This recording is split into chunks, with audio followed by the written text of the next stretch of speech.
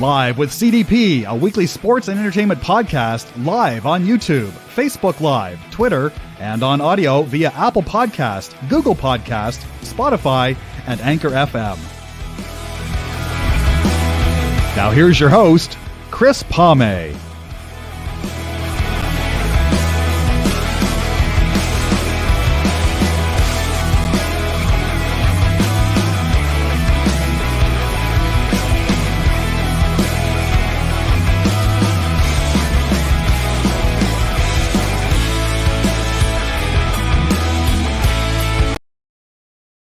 Hey, good afternoon, everybody. Welcome to Live with CDP podcast, season 3, episode 33.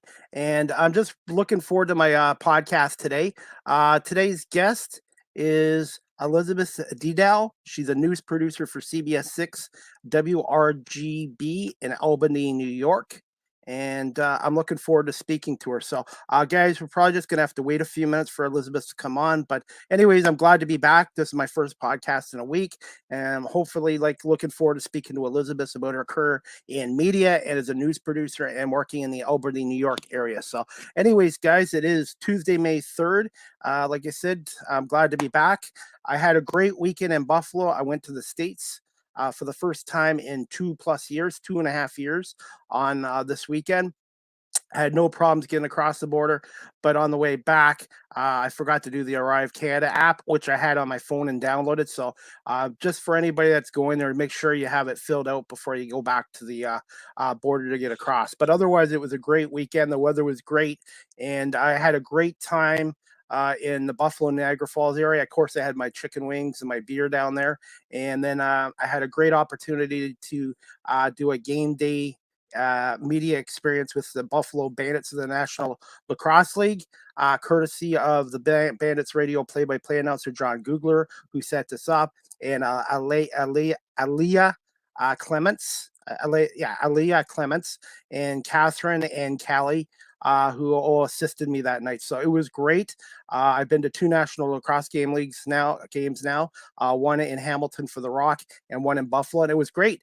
I loved it. Thank you so much to Aaliyah, John, Catherine, and Callie, and also to Griffin, who's a writer for the Bandits and the Sabres. I got to do a little interview with him after the game, and I got to meet Buffalo News legend Bud Bailey as well, who's now retired. He's a freelance writer, but I got to talk to Bud for a bit about Buffalo sports and the Bandits, and the best part of it is I was able to go into the post-game conference with John Tavares, the Bandits coach, and some of their players, and ask them some questions as well. So again, thanks to John, Aaliyah, and Catherine and Callie for arranging this. And I definitely will go back to a Buffalo Bandits game in the future at the KeyBank Center. They had over 10,000 fans there, and they were quite loud and noisy, and it was just great doing it. And the only things I would do differently is my parking. I would park for about $10 cheaper. And also there is a native gas station right by the arena. So I should have filled up then before heading there. And I'll have to check out the Seneca Casino that's downtown Buffalo right by the arena as well. But overall, it was a great experience. I met a lot of great people. And I posted a lot of pictures and videos on my social media pages and stuff as well. And I'm working to get some guys from the Bandits, hopefully to come on my podcast after their season is over. So speaking of the National Lacrosse League, we might as get this on their way while we're waiting for my guest. The National Lacrosse League playoffs begin this weekend. It's win or go home, one game, win or go home. Friday, May 6th, Halifax at Toronto at the First Ontario Center. Saturday, May 7th, Albany at the Bandits in the KeyBank Center at 7 o'clock. Colorado, Calgary, Friday, May 6th. And then you got the Philadelphia team, Wings wildcard at San Diego on Saturday, May 7th at 10 p.m. I believe the Buffalo Albany game at the KeyBank Center starts at 7:30. But if you want to get tickets, check out buffalobandits.com. And Albany was 9-9 this year. Buffalo was 14-4, but it's a one game. This first round is a win or go home, so it's one game. If you have a bad game, no matter what your record is, you're gone. So it's gonna be tough. And the game I went to, I'm gonna show you guys some of the highlights while we're waiting for my guest Elizabeth to come on. I'm going to show you some highlights of the game that I attended at the KeyBank Center this Saturday. This video clip is courtesy of the National Lacrosse League, and the calls are from John Googler, the Buffalo Bandits longtime voice, play-by-play voice guy, and he does a great job. One sec, guys. I'm just going to show you some video footage of the game I attended to in Buffalo on Saturday night. Trying to set up the play as Matt Sawyer, the head coach of the Rock, putting his good forces out there. Dan Dawson with a shot. He scores! Dangerous Dan Dawson. And Toronto. Loose ball picked up by Buffalo. Dehokananiko balled in front. Rebound over the shoulder shot. Score! Buffalo! Albany, he goes in a part of the offensive ruckus. Burns takes a shot. He scores! Forced into the near Toronto corner, comes back out with the ball in the webbing of his stick. Here's Nanako taking a shot. He scores! Toronto 8. Fraser with the ball down into the Toronto zone from the slot area. Back over to Josh Byrne. He scores! Hogan Nanako setting up a seal for him as Buchanan now takes the low drive. Scores! Hogan Nanako for goaltender interference. Two-man advantage again for Toronto. Going to work, narrow the margin. Score! Toronto! 8-second violation, though. Toronto with speed the other way. Here's Dan Dawson with a nifty move. Scores! Buffalo shagging the ball, and it's Buchanan on his own. Scores! One of the rare penalties, and a score by Toronto. Right off the bat of the power play. And working with the man advantage. Here's a penalty coming up against Toronto while Buffalo tunes up the play. Score! Nanako. Smith play busted up by the defense, and now here's a break for Toronto. Coming sweeping in over the line. McKenna tap toe score. Dan Craig looking for an opening from the slot area. Likes to go to Chandler Rogers from the far side. Shot score. Toronto play by the Rock here in the second half. They've got the ball again. Close range shot. Score. First lead of the game since 1-0. Mans with a twirl, regains composure, top of the slot, shot, score! And they storm back out in a breakaway for the Rock. They score! Giving to Dane Smith, feed pass out in front, intended for Fraser, but that's picked up by Toronto. And a shoveling move out in front will afford Toronto an opportunity. Mitch the Snow score. Anyways, guys, that clip was courtesy of the National Lacrosse League, and the call was done by John Googler, the longtime voice of the Buffalo Bandits. That game, Buffalo was up 5-1 at halftime, and then in the second half, in the third and the fourth periods, Toronto outscored Buffalo 9-2. The game didn't mean anything in terms of the standings. Obviously, Buffalo was finishing first. Toronto was finishing second in the East. But the Toronto Rock have played Buffalo 3 times this year and won 2 out of 3 meetings. They handed them their first defeat in January at the First Ontario Center in Hamilton, and now they defeated them again at the KeyBank Center in Buffalo. So to me, the 2 best teams right now in the National Lacrosse League are Buffalo and Toronto.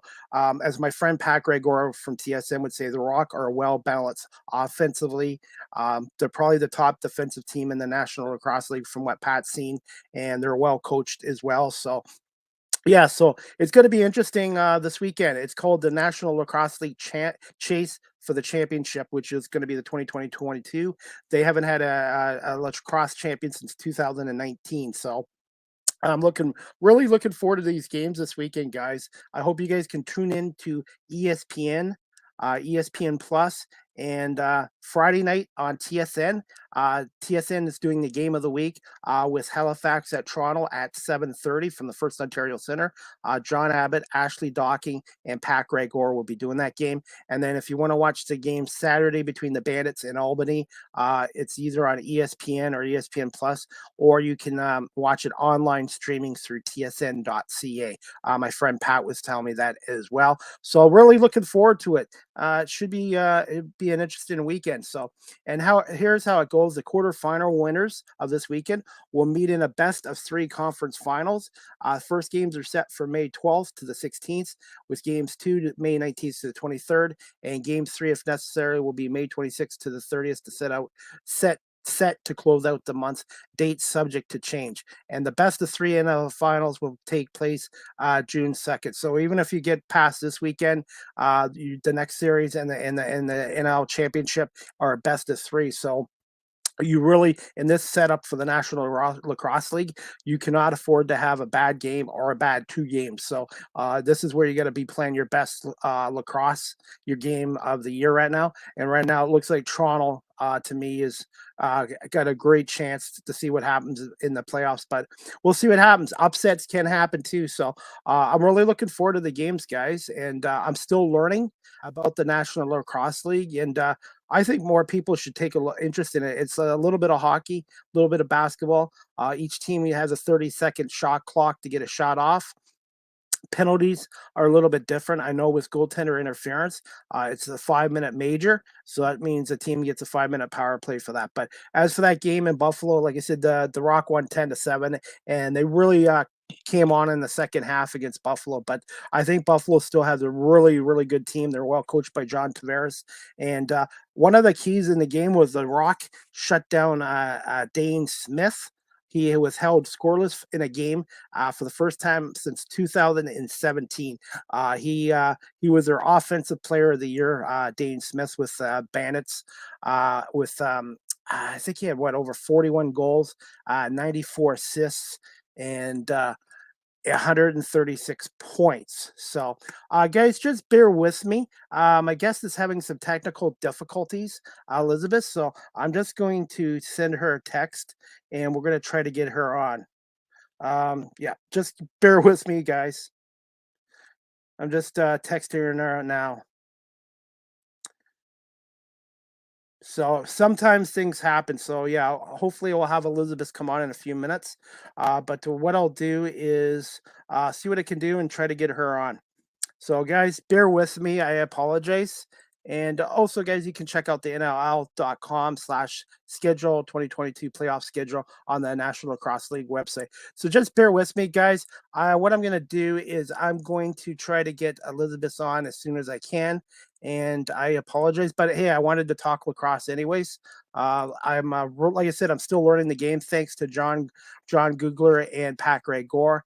And like I said, I'm looking forward to this weekend's playoff game. So, guys, just bear with me. I'm going to try to get Elizabeth to come on. It's just, like I said, technical difficulties. So we're going to just see if we can get her on. Anyways, I hope everyone's doing well. And like I said, we'll just try to get her on in a minute and stuff like that. So we'll just bear with me. And I'm just going to keep going on, rambling on in that still. But what I was going to say, speaking of lacrosse news, while we're waiting for my guest, new Las Vegas lacrosse team is named the Desert Dogs. Season tickets are available at Las Vegas, desertdogs.com. And the phone number there is 702-818-DOGS. Sean Williams was named the general manager and head coach, and they will be the 15th team in the National Lacrosse League next season in 2023. They will be in the Western Division, so that'll give the East 8 teams, the West 7. And hopefully the NLL will have that 16th team in 2024 to balance out the league at 8 teams each as well. And personally, I think Seattle would be a great place to have a lacrosse league team because it's close to Vancouver. They could have a rivalry with Vancouver like they do in hockey with the Kraken and Canucks. And to me, Seattle would be a perfect place to have a National Lacrosse League team. And it would make the league more balanced with 16 teams. So we'll see what happens there. But again, I'm really looking forward to this weekend, and I hope you guys can check out the games on TSN, the game of the week Friday night at 7:30, and also on tsn.ca on Saturday night when they online stream the Bandits game against the Albany Firewolves, who are 9-9. So it's a win or go home weekend this weekend, and I'm really looking forward to it. And we'll see what happens there. But anyways, guys, just to let you know, as we're waiting for my guest, we got some NHL hockey tonight. We got Pittsburgh and the Rangers, Washington and Florida, Dallas at Calgary, and Nashville and Colorado. Obviously, last night the Leafs took a 1-0 series lead against Tampa Bay, beating Tampa Bay 5-0. But as we've seen in the past with the Leafs, it's not how you start the series that matters. It's how you finish it. And the Leafs have blown 3-1 lead series. They've blown 2-0 lead series. The Leafs have not won a playoff series since 2004. So we're going on 18 years since they last won a playoff series. I believe that was April 2004 against Ottawa. So they're off to a good start against Tampa Bay, but don't count out the back-to-back Stanley Cup champs. You don't win back-to-back cups by being a bad team. And in the first game is a good start for Toronto, but it doesn't mean the series is over by any means. All Tampa Bay has to do is win one game in Toronto, which is in game 2 in Toronto, and they'll have home ice going back to Tampa Bay. I really do see the series going 7 games, and I'm still going to go with the Lightning over Tampa Bay, the Lightning over the Leafs in 7 games. So we'll see what happens there. But really, I haven't been following the NHL, I guess because the Red Wings are out of the playoffs. And they did fire Jeff Blashill. I'm glad Yzerman actually did this right after the regular season was over. There was no more procrastination. And Blashill, nothing personal against Jeff Blashill. Seemed like a nice guy. Everyone liked him. But 7 years there, 6 consecutive losing seasons, 6 straight no playoffs. And the young team was not developing at the end of the season. Guys, just bear with me. My guest is on right now. Her name is Elizabeth, or Liz, I guess. And just 1 second, I'm going to put on my guest, Elizabeth Dedell, a news producer for CBS 6, WRGB in Albany, New York. Good afternoon, Elizabeth. How you doing? Hi, I'm good. Good. I apologize. How are you? I'm good. I'm good. I did send you the email link on your Gmail, but sometimes I guess, like you said, email don't get there. You're good. There's always technical issues, especially in news, so I understand it anywhere else. Definitely with even with podcasts too. So what I've learned, Elizabeth, sometimes things happen with guests or mix-ups. I've just learned to keep ad-libbing and keep talking until my guest comes on. Yeah, I definitely had to learn that in news too, especially a reporter not getting there live in time or there being issues otherwise that we've had to like repeat stories or have to like have our meteorologist go longer and stuff like that. Yes, so I'm learning. It's definitely. I heard a dog in the background. What's your dog's name? And yeah, my cat's going crazy right now. I think there's a cat outside. Yeah. What's your not happy about? What's your dog's and cat's name? Astrid and Luna. Okay. What kind of dog is it? A black lab. Black lab. Okay. So they get along for the most part? They get along. There's a cat outside that they do not like. Oh, okay. Anyways, I love pets and stuff like that. So how was your day and how things going at CBS 6? It's WRGB. It's in the Albany, New York area? Yeah, so we cover the whole capital region. Right now I do overnights for them. So I like come in when everyone else is going to bed, but my show doesn't go on air until everyone's waking up for the morning. So I do the morning show and then sometimes the noon as well. So I just kind of do that. Our morning show, we have 2 anchors. So it's a big team for that. 2 anchors, a meteorologist. We have like 2 or 3 reporters depending on the day. And then I do weekends for them as well. So my weekends are different than everyone else's, I guess. My weekends are Monday, Tuesdays. So I work on the weekends, and the weekends are much more laid back, but they're honestly my favorite show. We only have one anchor, and one like reporter, one meteorologist, obviously. So it's much more laid back, but I can do more with the show. I'm the only producer on it. There's no like executive producer on it. So I have a lot more freedom, and I feel like it's able to be more happy, I guess, because sometimes news can definitely be serious and get you down. Just with the crime happening around you and stuff like that I've learned on the weekend shows, we can do more like fun stories. We call them like evergreen stories, but they're like fun where they're not dated. They're about like things happening around you that you can be excited about instead of just the hard news. And I really like doing that. Yeah, you know what? That's what we need, even in Canada and Ontario too. Obviously, the bad news is what gets ratings, but it's nice to see fun stories or positive stories as well, and they should be included in most news productions as much as possible as well. Yeah. And that's why I love the morning show, because we can do that, and our anchors are allowed to show more like personality, where we call them like chat boxes. So pretty much what we're doing right now, where they can sit and just talk for 30 seconds and make conversation about one of the like fun stories that they relate to or something like that. That I think makes us able to connect more with our audience instead of just being like, here is like your hard news, and just being very straightforward and no actual kind of conversation and personality shown. So I definitely like the weekends because we can do that more because there's less happening. It's still with mornings too, because most of your news happens during the day, I guess. So your big news is like your news, like your noon, and then your 5 and 6, where I feel like the mornings it's more laid back because not a lot happens overnight. Like you get some breaking news, there's definitely crime and things that happen, but there's no like all the political meetings and things like that all happen during the day. So there's definitely more news during the day, where your morning shows you're able to be more laid back, and I like that because most people are like, don't you hate doing overnights? Like, don't you hate like doing the morning show? And I honestly don't mind it. I like the shift. Because I get more freedom with the morning show. You get more flexibility, and then it's still a big team. And then I feel like I get out at 9 a.m. and I have my whole day ahead of me, and I don't have to like worry about when I'm going to have my doctor's appointments, because I'm going to be at work when doctors are there. Like I definitely like the schedule more. I definitely don't have a routine sleep schedule now because of it, but I definitely like doing the mornings and being able to have that freedom more for sure. Yeah, I can relate because I work my current job. I work midnights, and it gives me more flexibility to do my camera work with Rogers TV outside of Toronto. It gives me more flexibility to do my podcast. Sometimes when I do my podcast shows, I'm sleep deprived, but it just gives me a little more freedom and stuff like that. Not that I want to do nights for the rest of my life. One thing I wanted to ask you: working the night shift, do you drink a lot of coffee?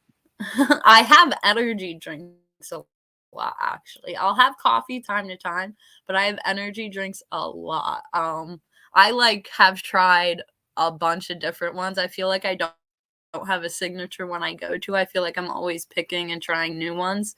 I've like, if you go to my kitchen, I have this big box of just different energy drinks that I'll always grab one and put it in my bag before I leave for work.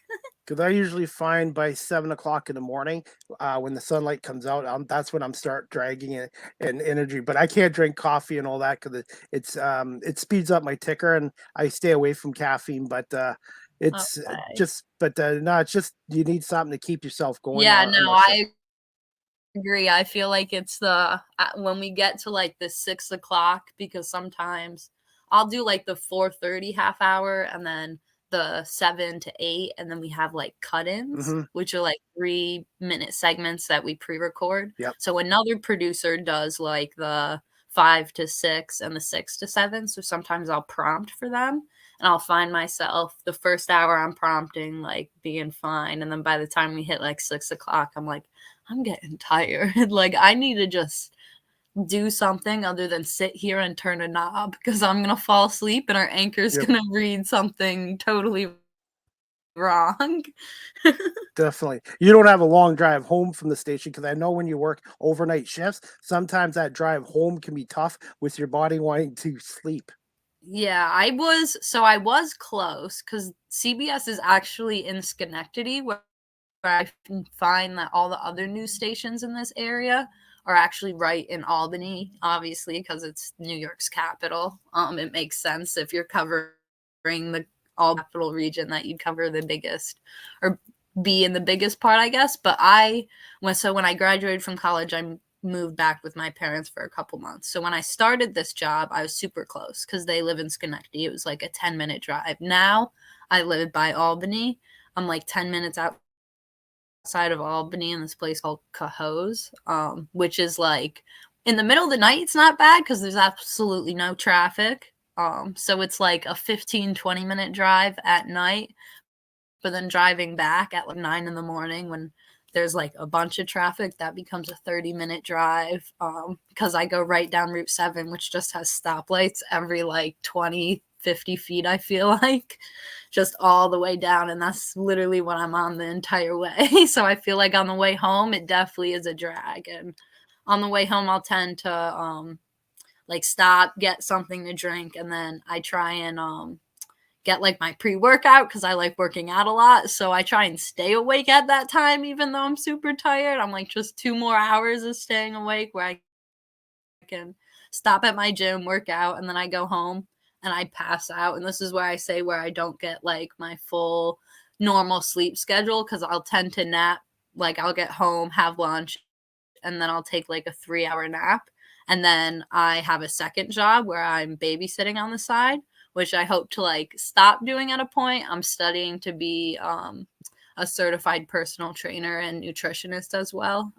So I want to be like an online coach, like have my media with that and my love for fitness. But right now I'm babysitting. So my second job, I'll nap for 3 hours. Then it hits like 2 p.m. and I have to go babysit until 6, and I'll come home and make dinner and go to bed until I have to go then come in at like midnight or 2 a.m. depending on the day. Yeah, I think that's going to be the next thing. Right now, I'm working on a career in radio, but the one thing I want to work on is I've put on probably about 20-25 pounds working on midnight shift, and I probably need to see somebody that can help me online just to eat better, healthier eating Yeah. choices. And I'm trying to get more exercise, but exercise is okay, but you still need to watch what you eat. Yeah. So that's The biggest part is nutrition. I feel like that's what they constantly say in the world is that the hardest and the biggest part is what you do in the kitchen. And honestly, it is the hardest. I'm supposed to be gluten-free. So it makes it easier for me because my stomach already hates certain things. So I can't eat like a bunch of carbs and things like that because a lot of carbs have gluten in it. And then my stomach's like super sensitive to red meat, so I can't eat some things like that. So I feel like my stomach helps me in a way, although I miss some of those things. But I will eat gluten, and it's weird because most people with celiac disease, I feel like it's all their organs or things like that, and it's my joints. I eat gluten, and I don't know if you ever got growing pains growing up, but it's like really bad growing pains whenever I eat gluten, and it's so weird. But sometimes I sacrifice it and I eat it anyways. Yeah, and I noticed there's more in grocery stores in Ontario and even over in the States. I was in New York State. There's more gluten-free products than ever before. Yeah, and that's what, because I've been gluten-free since I was like 12. So not that I was grocery shopping for myself, but what my mom was buying me, and even when I would go out with her, I definitely noticed that it was harder and everything was super expensive. That it was just limiting my diet a lot. When I first went gluten-free when I was 12, I lost like 20, almost 30 pounds because I was limiting my diet so much. One, because I didn't know much about being gluten-free, so I didn't know all the options. And two, because grocery stores didn't have as many options as they do now, where now I go to a grocery store and I feel like they have an entire aisle where it's gluten-free, and it's of course still more expensive, but not as that. It's still affordable that you can do those options and not just limit your diet like crazy and be eating just fruit and veggies and things like that. Definitely. Okay. Are you still good for a few more minutes for a few questions? Yeah. Okay. Of course. All right, no problem. And I'll get back to you on the nutrition thing in the future because like I said, my goal is to drop about 20, 25 pounds. I just want to be healthier and have a little more energy as well. Yeah, no, that's definitely people say like you get tired working out, but you definitely get more energy from it Definitely. too. It definitely helps. Okay, can you tell my Canadian audience here near Toronto, I'm just on the suburbs of Toronto, a little bit about yourself and when did you decided you wanted to pursue a career in media broadcasting? So I always loved things about media. I was always super into film when I was younger. We'd have movie nights when I was a kid with my family. And then I feel like music, I was always drawn to. Music was like helped me through a bunch of stuff, and just the way that like with music videos, that music you could tell a story with and things like that. But I never like knew that it was a career option. So in college and high school and everything like that, I just really liked English. But I didn't know that there was like, I just thought that that wasn't growing. I thought it wasn't a growing market, so it wouldn't be the best. So I just thought instead of what I loved, just what I thought would be a smart move. And I went into business. And the first year I did that, I hated it and I immediately dropped it. And luckily, my college had this major called mass communications, where I was like, that has everything I like. Because it included things about media, included things about just communications and like promoting things and talking to people. And I had done everything, like all my previous jobs had been like that. So I went straight into that major and I did that for a year. And then my college split the major into media studies or communications. And I noticed that during that year of mass communications, I drew to all the media classes more, which I already knew I had a love for media, but I didn't really know to that degree. So then after taking that for a year, I was like, okay, yeah, I definitely drew more and was more like paying attention, more like actually loved it. When it came to all my media classes more than communication. So I was like, I'm definitely taking media. And when we took media, we had to choose like what we want our concentration to be. So it could have been video production, it could have been like audio production, it could have been like computer art. So I chose to do audio production, and then I did all my like electives in computer art, and from there I just fell in love with everything. That expanded everything. I remember my first year as a media student, I took my first audio class and I was like, holy crap, I love this. And I just did everything from there. We had a radio station at my college that I worked with them sometimes. We had a film club that I feel like I was always working on that. And then even on my own, I was sitting there doing like playing with Adobe, making different like podcasts like you. Not that I posted any of them. I didn't have balls like that when I was younger, but I was recording all of them and I was showing my friends and my teachers, and I was like writing things on my own time and recording it and making different computer art stuff just because I enjoyed it and my friends thought it was cool, so they asked me to make things for that. So it definitely grew. And then when I graduated, I didn't know what direction I wanted to go in, but I knew when it came to all our production classes, we did mock news sets. So we did like anything. When we learned lighting, we did mock news sets. When we learned like video production, we set up a mock news. When we did script writing, it was usually like writing commercials or public service announcements or a news script. And then same with audio production, we'd have to write something to record, and it was usually something like that. So I just started looking for jobs, and I immediately was drawn directly to news, where of course there I could have ran like a social media page for someone else or like a college even. But I definitely am glad that I went in this route, and I was drawn to it right after graduating for sure. So I always had it over time. That was probably a really long answer to your question. I always had the love over time, and it definitely grew and grew and found more of a direction as the years have gone on. Yeah, I was always interested in broadcasting in the 90s. I'm a little bit older than you, but they didn't have all this technology. If You need it. they had podcasting and all this technology back in the 90s, I would have taken broadcasting. But a lot of people in your profession have been great with me, even though I'm in my late 40s. I'm going to be 50 in June.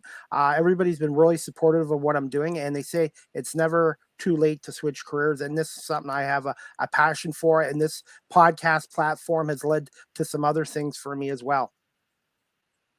Yeah, definitely getting your face out there and whatever you love and a passion. Media is so well for that. So having a podcast for your own makes it so tangible for anyone in this career. So I'm glad to hear that it's helped you. I couldn't imagine wanting like going in this career path in the 90s would be tremendously harder, and I wouldn't know how to calculate that or honestly have the confidence to do it.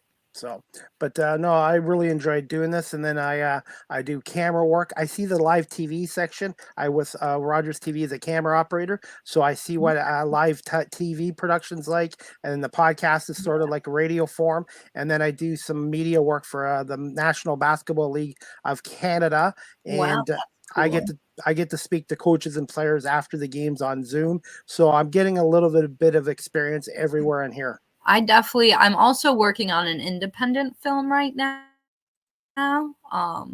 It's like a superhero movie about a dad and a daughter. So I definitely get both aspects of the live TV and news, and then a film. Not that it's like a Marvel budget, but we definitely have a big budget for an independent film. And I definitely would love to get into the film industry. And I have a friend that's already there that maybe one day he could help me snaggle my way in there. Cool. And the more things you can do, the better too. That's what I'm trying to learn and do as many things as I can and see what I'm good at and what I need to improve on.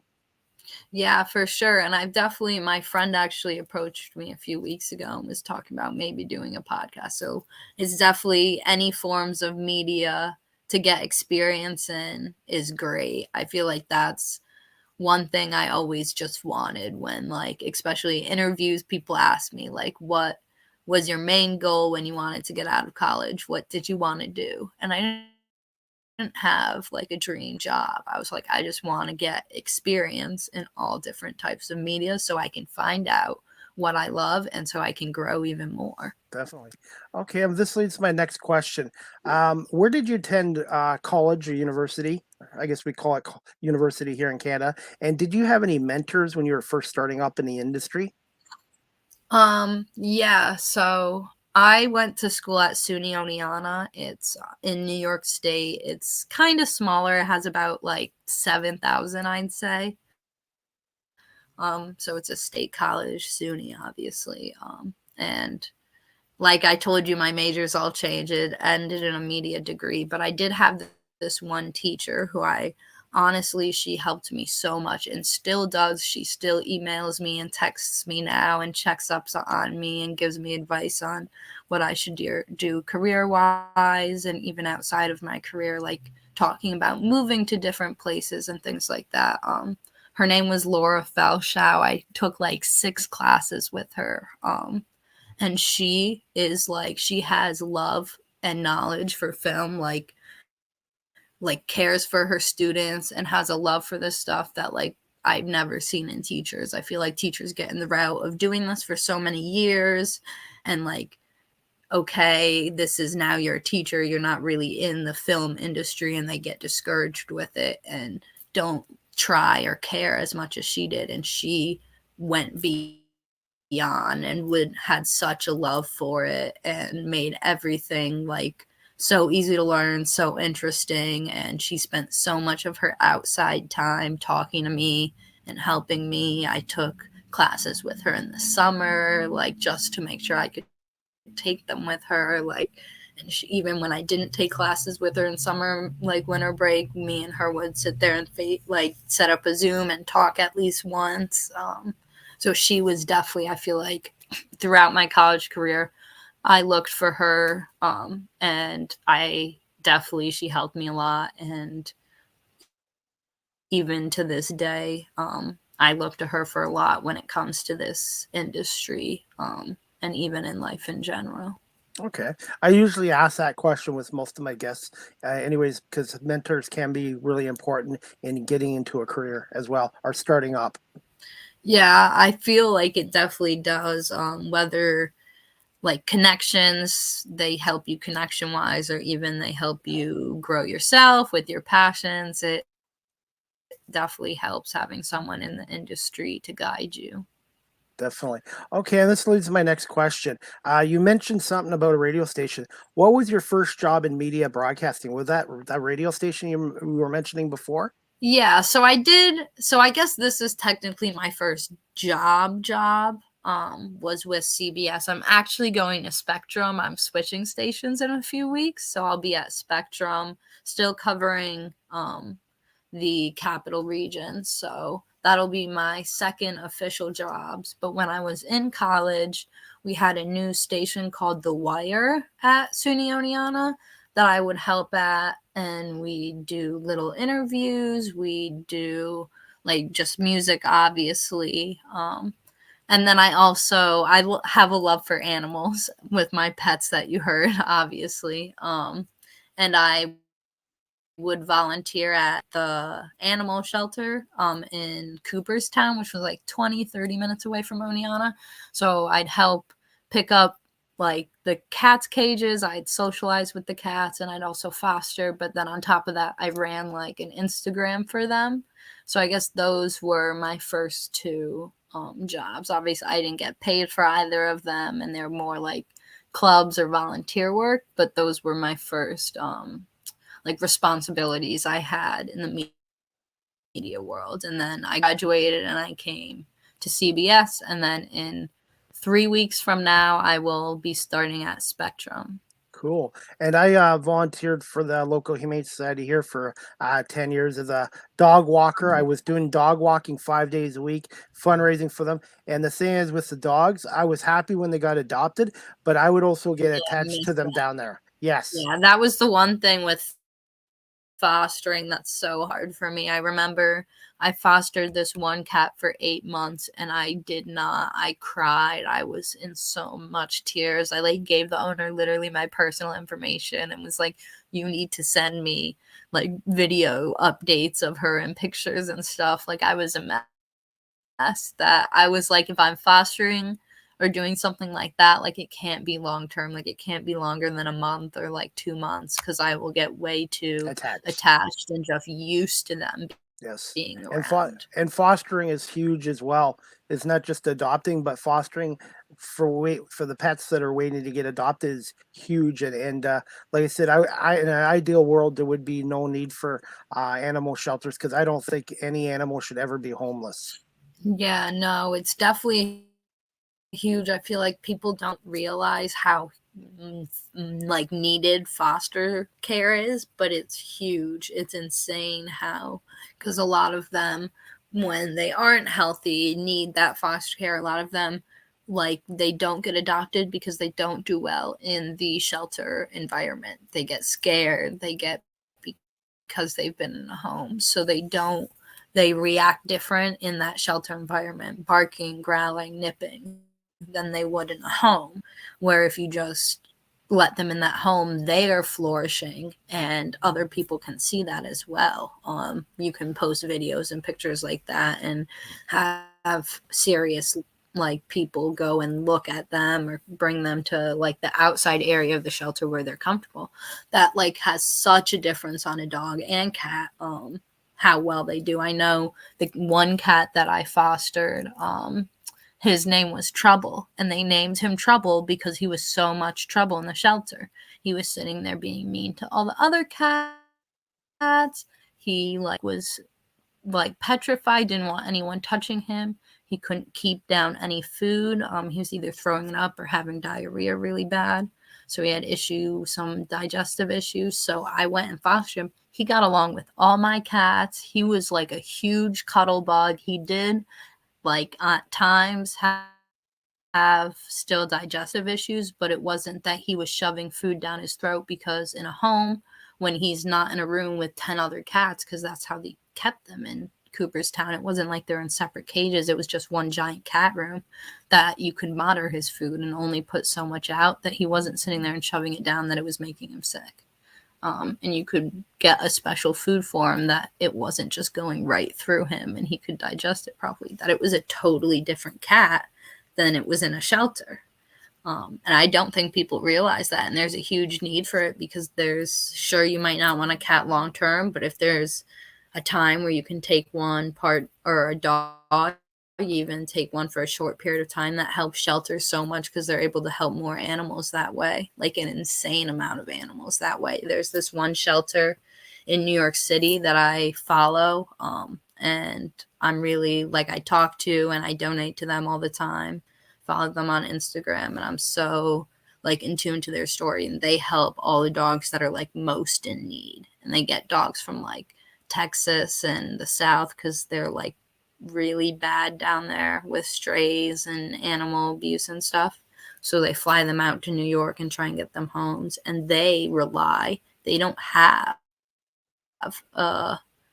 like shelter. All their money goes to the pets' medical bills and to flying them out and stuff, because they take the ones most in need, most injured. So without people fostering, all these animals would die.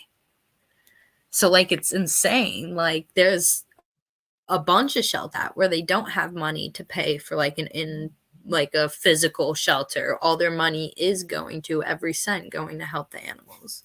Definitely, and like you said, I actually miss volunteering with the Humane Society, and I hope to again in the future, because, like you said, I love being around dogs, and I've in my whole life, all my cats and dogs have come from a Humane Society. I guess what is it called?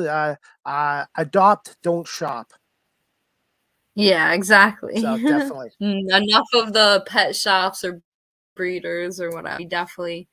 We have a lot of shelters. We definitely need more, or need to help the ones we already have more, because a lot of them are struggling. It'd be great to see them help more. Are you okay for a few more questions? Uh-huh. Okay. This one I wanted to ask you. How did you end up coming about the news producer role with CBS 6 WRGB in the Albany, New York market? How did that end up? So when I graduated, I started looking around for jobs. And honestly, I mean, COVID was still kind of a thing. And I wasn't hearing back from a lot of jobs. And I actually we have a race track, like the Saratoga Springs race course over here. So I actually took a summer job, because I was like, that way it gives me a job for a couple months. I don't have to worry about getting one right now. And that way, if I do get one, it's not like I have to quit something. I can just tell them that I'll be free in a month or whatever. So it was like 2.5 months. So I got that job. I was an event coordinator, and like I worked with sponsorship. So I had some things to do with TV and news there, and that honestly triggered my mind more to news as well, because I was working with our PR and things. So we would have the news stations come. There'd be a camera guy, sometimes a reporter, that would come, and we'd tell them what we kind of wanted to showcase on the news and where they should go.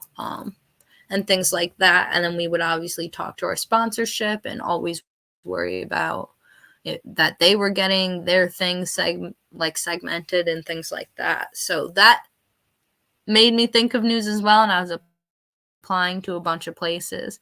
And it's funny, because I actually applied to all the news stations in this area. So CBS, ABC, and Spectrum at the time. And I heard back from CBS for a while. And how it kind of works is you do an interview. If they like you, then they'll ask you to do a writing assessment. And kind of all news stations really do this. So you'll have a writing assessment, because obviously they don't want to hire you and just take your word that you can write and then have you on TV talking to thousands of people and have it not sound good. So they have you do a writing assessment, and then usually they'll do a second interview after that. So I had done a writing assessment for them, and I hadn't heard back from them for a little bit. And I guess She was super busy at that time because she had just became news producer. Pernay had just became news director, I mean. And she was very understaffed, so she was hiring a bunch of people. So I guess that she stopped talking to me because she was hiring Julia, one of our photogs, and she at that same time, and then another news producer, Alexis, at the same time. So she was juggling a bunch of things. So I just figured that they had forgotten me and I hadn't gotten the job. So I was still talking to other jobs, obviously. So I did a writing assessment for ABC and for Spectrum. And that's when I heard from CBS, and they were like, you got a job. Like, I saw that you were applying to other jobs and it made me nervous. Like, I just want to know that we really want you. Like, here's the job. So I heard from them right off the bat, and I was like, okay, awesome. And it was just right around, it was like 2.5, 3 weeks before track season was over, so I wouldn't have been out of a job. So I was like, that's perfect timing to get a job, because I was starting to get nervous because I wasn't hearing back from anyone, because at that time everyone was taking so long to get back to you.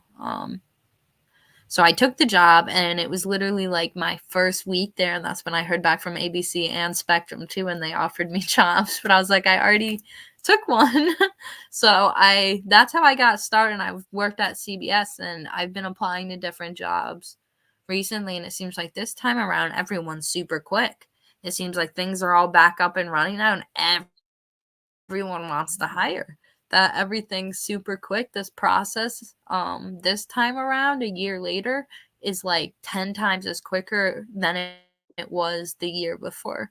So I started applying now thinking, oh, I won't hear back from stuff until like June, July, maybe. And I was like, I want to move out of New York by the time it's fall. So I'll start applying now. So I was applying to all these places out of New York.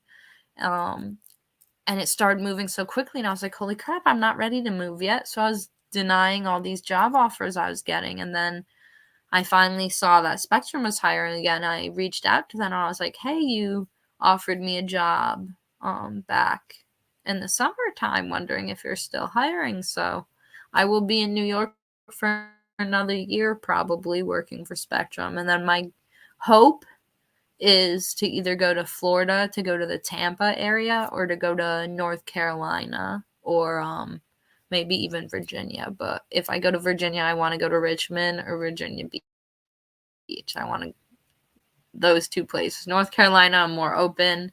And my parents are actually talking about moving in a year's time. So if they move, I might see where they go and move close to them, depending on where they end up. And they keep talking about the Carolinas or Texas. So Okay.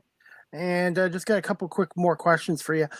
This one I wanted to ask you, Elizabeth. What do you enjoy the most about being a news producer, and what can be the hardest aspect of the role? okay, so I think honestly one of my favorite and the hardest kind of fall line in line sometimes. So my favorite is definitely the fact that I go in every day and it's not the same job. I feel like I did jobs before this and I was always like dreading going in. It was super boring. I was looking at the clock, wondering when the time was going to do up. I was doing the same exact thing. Where this job, sure, I'm writing stories every day. I'm picking out video, making graphics, doing the show live. But it's still different. It's new stories every day. So that's interesting. I get to hear everything around me. And then the fact that it's live always keeps us on our toes. So everything's timed. So news happens last second. So I think one of my favorite things about news is that I'm never bored, never looking at my clock. I'm always going through my shift and I'm like, wow, there's only an hour left. Holy crap.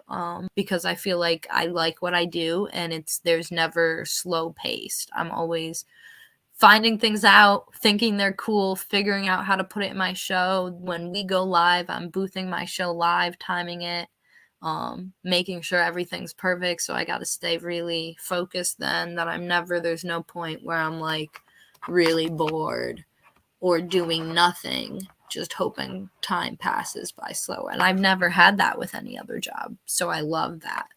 But then one of that becomes hard because we're live. And there are technical difficulties a lot in news. So being live and having reporters' mics not working or them not getting to the location in time, having like video not like getting downloaded in time and edited in time, but we like slotted out a minute for that package and now we're not going to have it and we need to fill up that minute with something else. So while we're live, we're trying to pull a minute of content out of our asses. Like, I think that's the hardest, but it's also one of the interesting. But that's definitely the hardest because you never know what's going to happen when you get in that booth.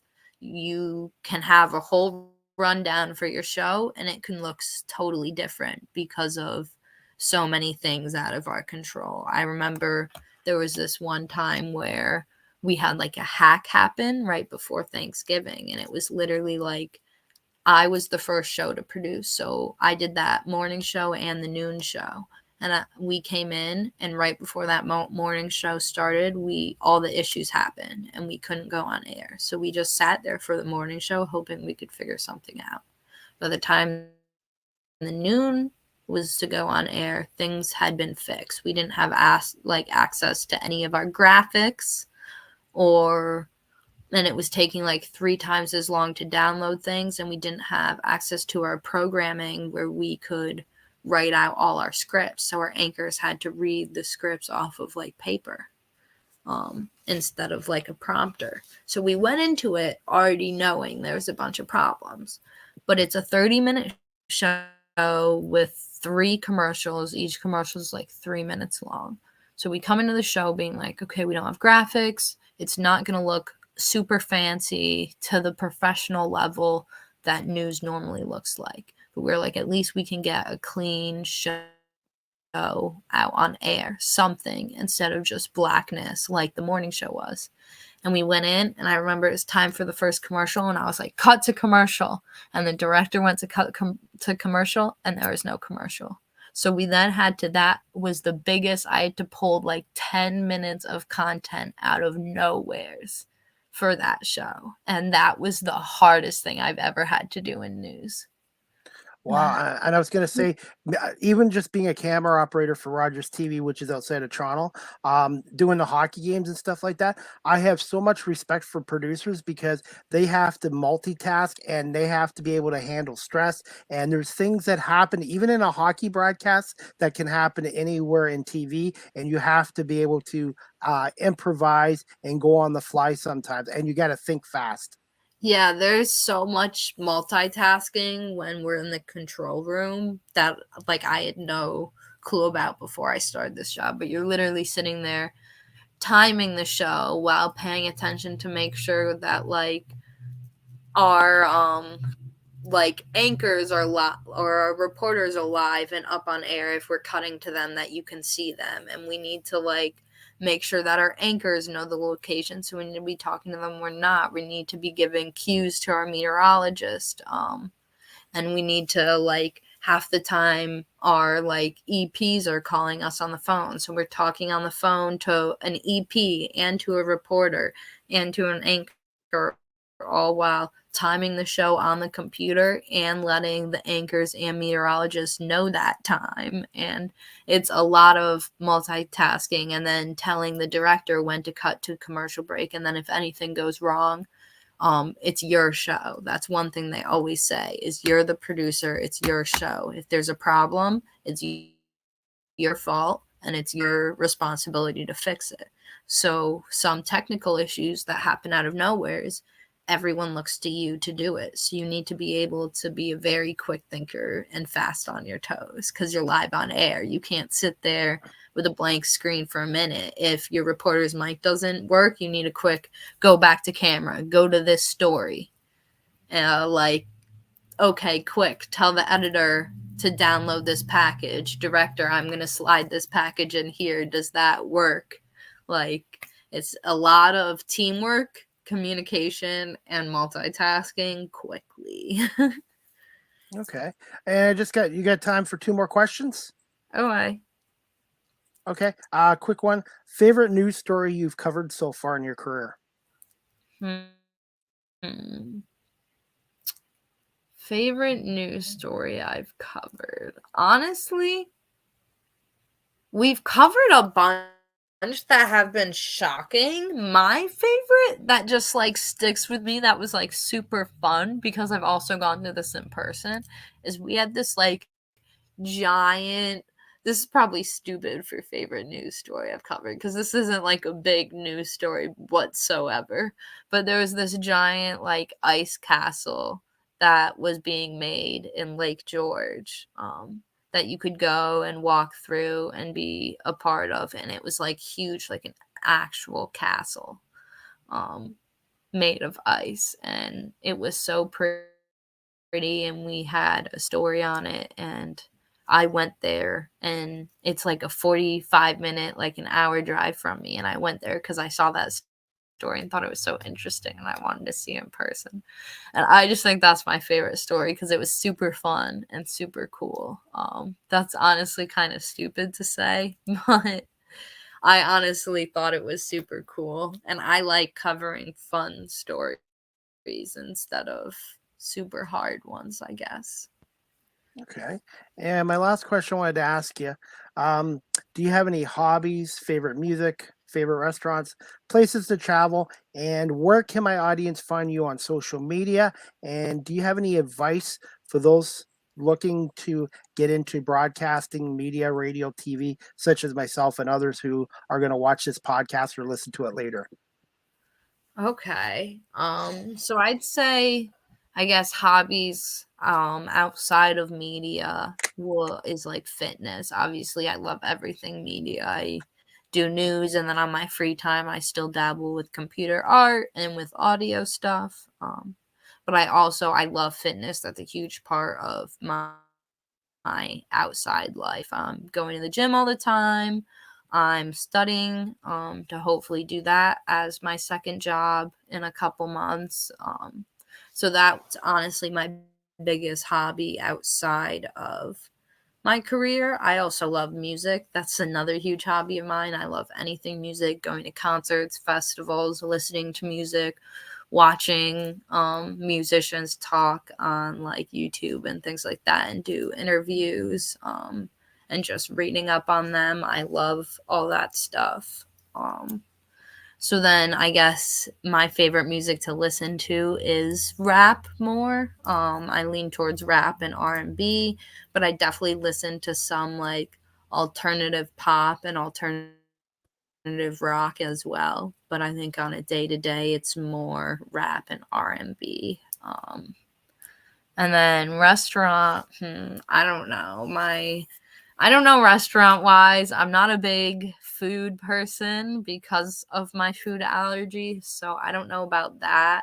I am a huge traveler. I want to travel so much in my life. I feel like one of my favorite places, just because it's sentimental to me, is Maine. We would go to different places in Maine every summer when I was growing up. So going to Maine is something I love doing, and I love the beach. I love going anything where there's beach and there's a lot of shops or like cool things to do. I love that. And then you can find me on social media. I feel like all my social media is Elizabeth Dedell. That's Deedell. So LinkedIn, Twitter, Instagram. I'll be making more social media too, like a fitness Instagram and web page, and hopefully a podcast as well myself soon, so that I would share on my social media that already exist if you reach out to me there. And then any advice for people entering this business or this industry, I would say just jump into it and just be open to learn. I think that's the biggest thing, is that when I was younger, I was so much like, well, I don't know what I'm doing. Everyone's videos look so clean. Everyone looks so comfortable. Like, I can't sit there and talk to a camera. I don't know how to work a camera. I don't know. And it was just all me being nervous and things like that. That I think the biggest thing is just jumping into it and doing it. It doesn't matter if you feel stupid. It doesn't matter if you're fucking up and your video doesn't look good, because it's going to look better the next time you do it. I think that was the hardest thing for me starting. So I think that's what I would tell people starting now, is to just jump into it. And then I think the biggest thing that I've done is be open to learning, is to ask so many questions.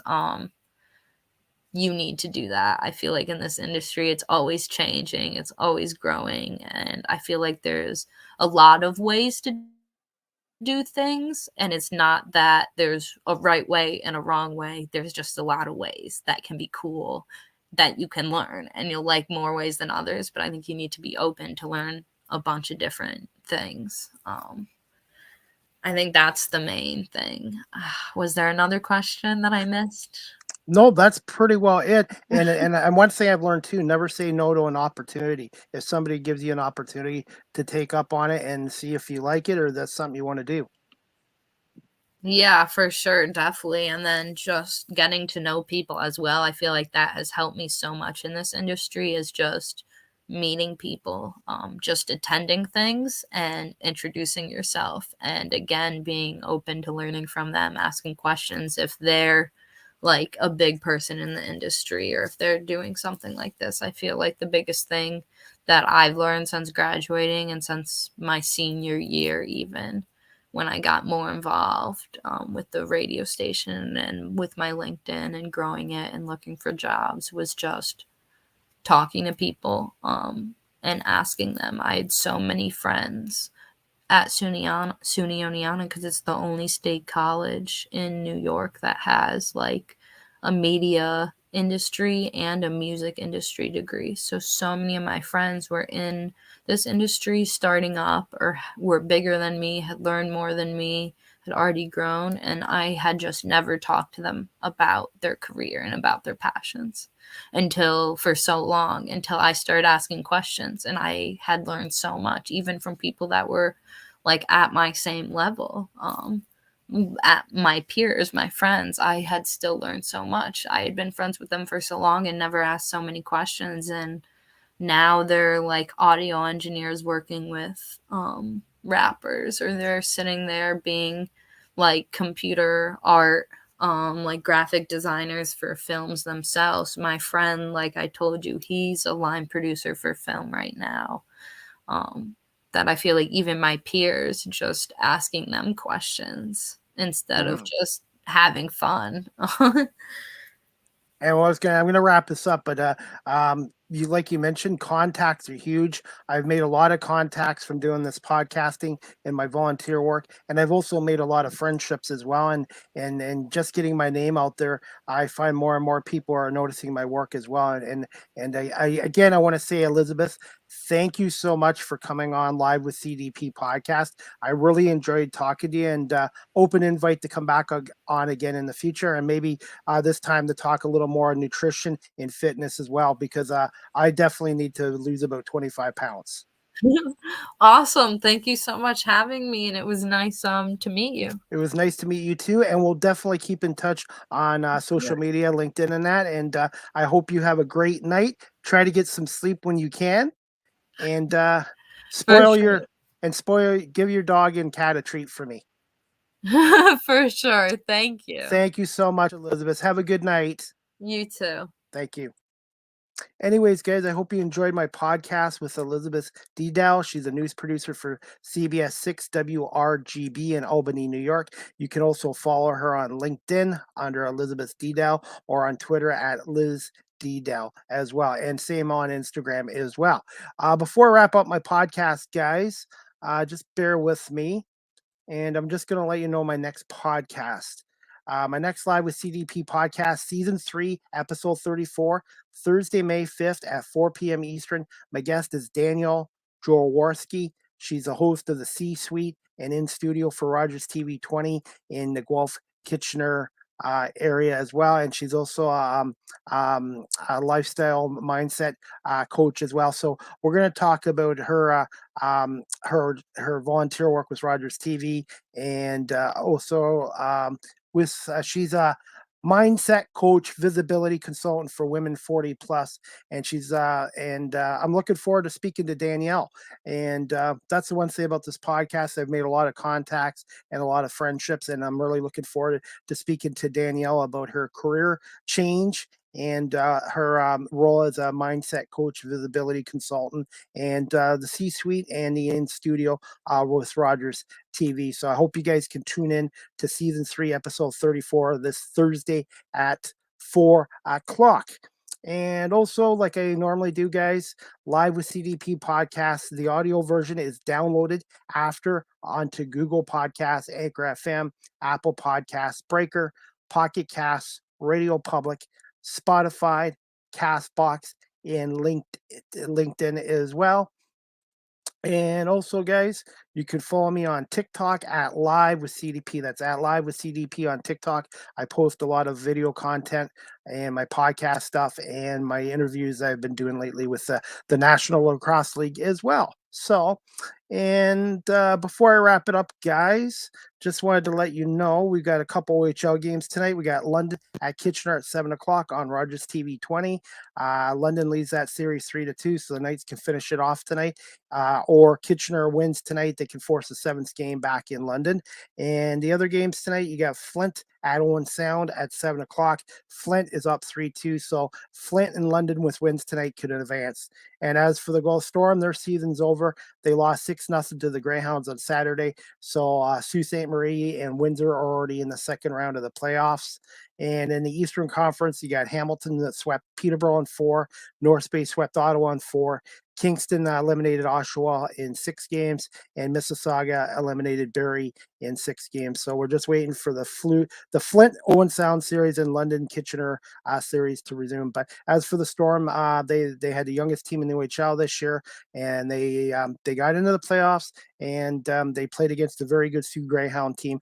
But next year is going to look really good for the Storm, and I feel the Storm should be a top 3 team in the Western Conference, and hopefully they'll go further in the playoffs next year. But it was an exciting season, and I'm going to miss doing camera work with Rogers TVs for the Storm games. I'll have to wait until the end of August or September when preseason starts as well. So anyways, again, I want to say thank you to my guest, Elizabeth Dedell, for coming on.